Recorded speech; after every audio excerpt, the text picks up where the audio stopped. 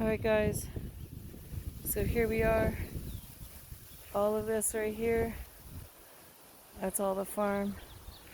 And of course, as usual, I'm going to tell you that it wraps around that corner over there, but we're not going to walk back there today. That would be a really long video. Okay, so that marks the beginning of the property.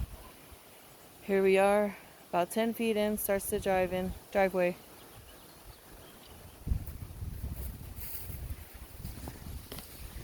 We have here, there's the Hawaiian birth control plant. Okay, or the morning after pill. Sad to say, I forget its scientific name. Okay, there goes some thimbleberries. They're really sweet when they're bright. Don't pick it if it's not ripe. This was the tree that was cut down about a month ago. Yeah, because we were coming up only on Sundays. Now we come up on a lot of days. So there's the area that we cleared to be able to get into the property. There's brush wall number 1. It's starting to break down. It's loosening, so we have to tidy that up and build it up to keep the rain out of the canopy. Okay, the other one just became the brush mountain. We've cleared a lot. And all of that pile is waiting for the chipper. Over here, there's some new plantings going in there. We'll show you that when they start to sprout up, but we lay tea leaves over them to keep it cool for the rooting. Okay, and if you can see the cane grass back out there, that's the next property over.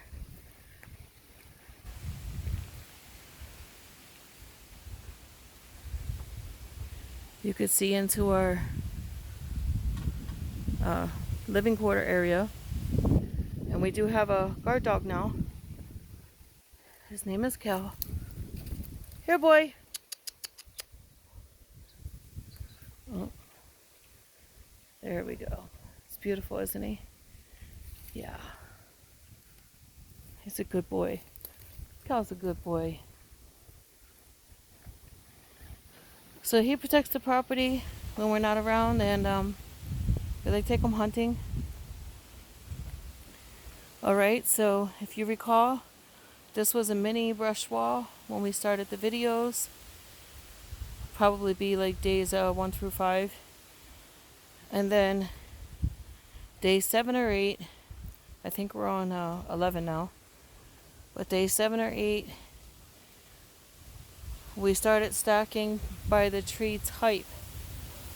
We're cutting invasives, certain species at a time, the ones that really took over, and we'll work on the rest of the property later.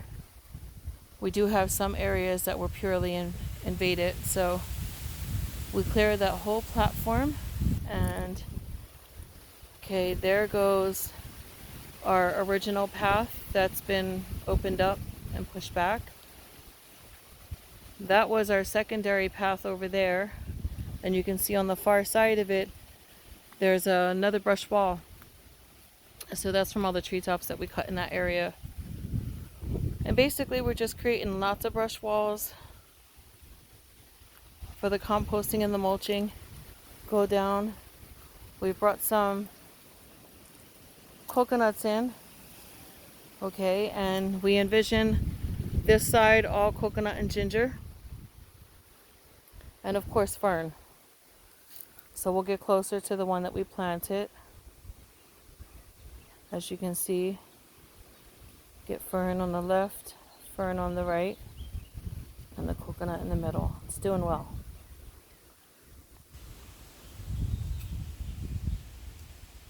We have our first 4 ulu ready to go in.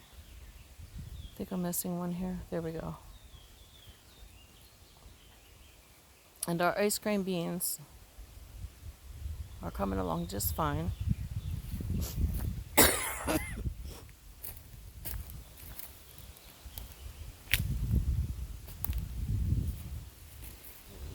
So So we've cleared all the way out to the fence line.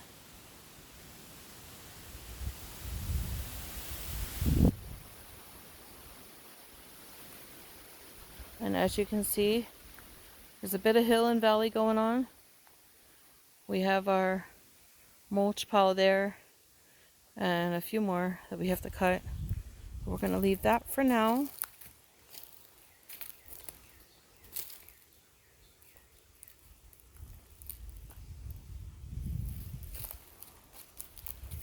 Come over here. That's all ginger at the moment. Once we get the invasive trees out of the way, that's all those guys. We're going to go ahead and throw some coconut there too.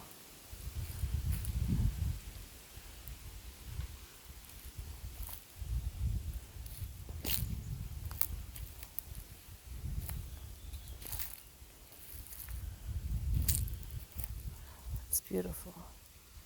So the rocks are holding the coconut straight.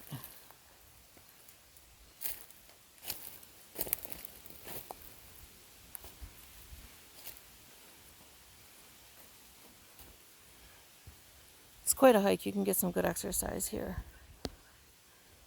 That's native. It stays.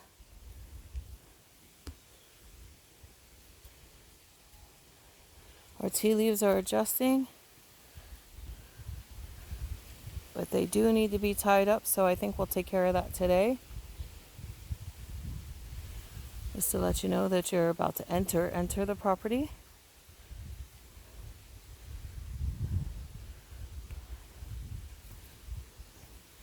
Those were our first farming gifts. And if you look down here, that's where the snake plant wants to be planted. So that plant, I don't think it's necessarily native, but it does produce oxygen. So it's definitely a plus to have. It's not very invasive. It stays in this little area. You can grow a small patch quite fine and it will look nice. We're going to look past. There's that first tree that initially let you know that you were going down. That's an African tulip, highly invasive. They have a root system that looks like the World Wide Web just underground. So we can now see the neighbor's property, and we can almost see to the cane field in the back. And if you look, that's that bright area back there. Okay. Turning now to our living quarter areas. So this canopy area stays fairly dry when it rains, except now when the rains come in from the east side, because we've opened behind me. Well, I guess I can't turn this camera around, but because we've opened behind me, the rains that come from the east come into our area. There's our tent. We completed a new section yesterday. Okay, that's the trail to where we made a temporary bathroom site, and we went ahead and got the personal porta potties.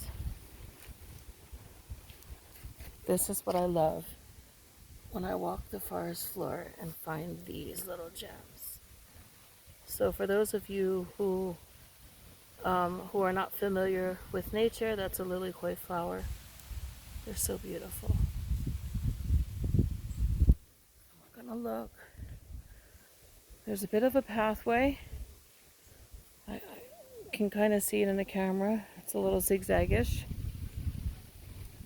And we closed this whole area from the street. So it's about, it goes beyond these trees. It's about 40 feet long, maybe 10 feet wide down below, but it has these little kipukas or sections. So here's the first section, and I'll walk the path, and we will note that a lot of lily koi flowers fell this morning.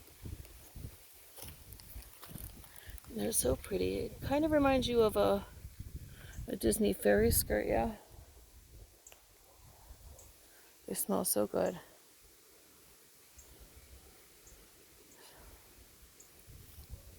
They're very fragrant.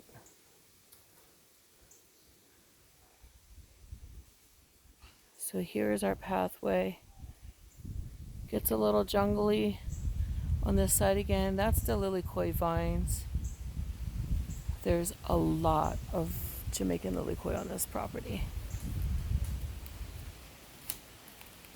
And I believe on the back side of the property, on the west side, we also have Hawaiian lilikoi.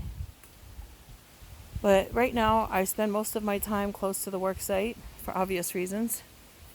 Gets a little jungly over there again, where you can see it open up between those trees. We're actually walking right behind the road. You can see it again over there. That's the road. And then all you see is brush wall. So that's all the pruning that we did. And if I don't die stepping over roots and vines, we will enter the beginning of that 40-foot area.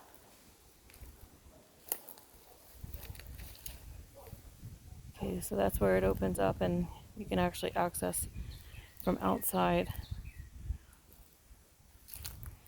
And if you look on the floor, we have plenty of rock, lots and lots of vines and roots. And that's after we cleaned up yesterday. We had a hard time taking a single step. So yeah, it gets a little crazy to walk around when you're stepping in a new area.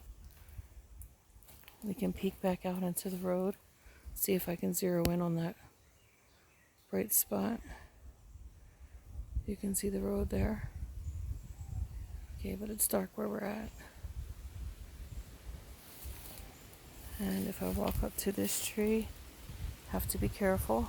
There's lots of vine there. You can clearly see the road right there as well. Well, it looks so pretty on camera. It's pretty in person too.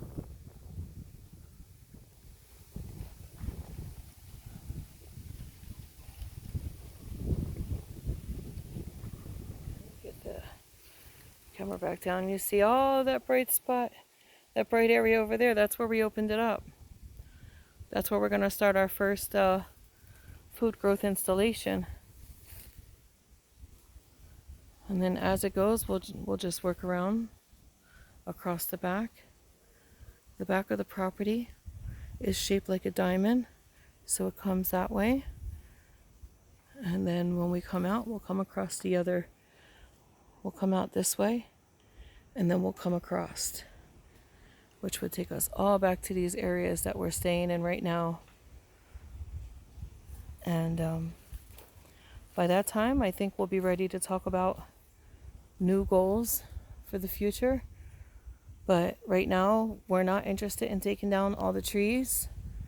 We don't want to contribute to global warming. We also don't want a globally warm house or sleeping quarters. So we're leaving as much tree up as possible, replacing it with food trees that are native, some that are not, but are not bad. And do you see that big bumble right there?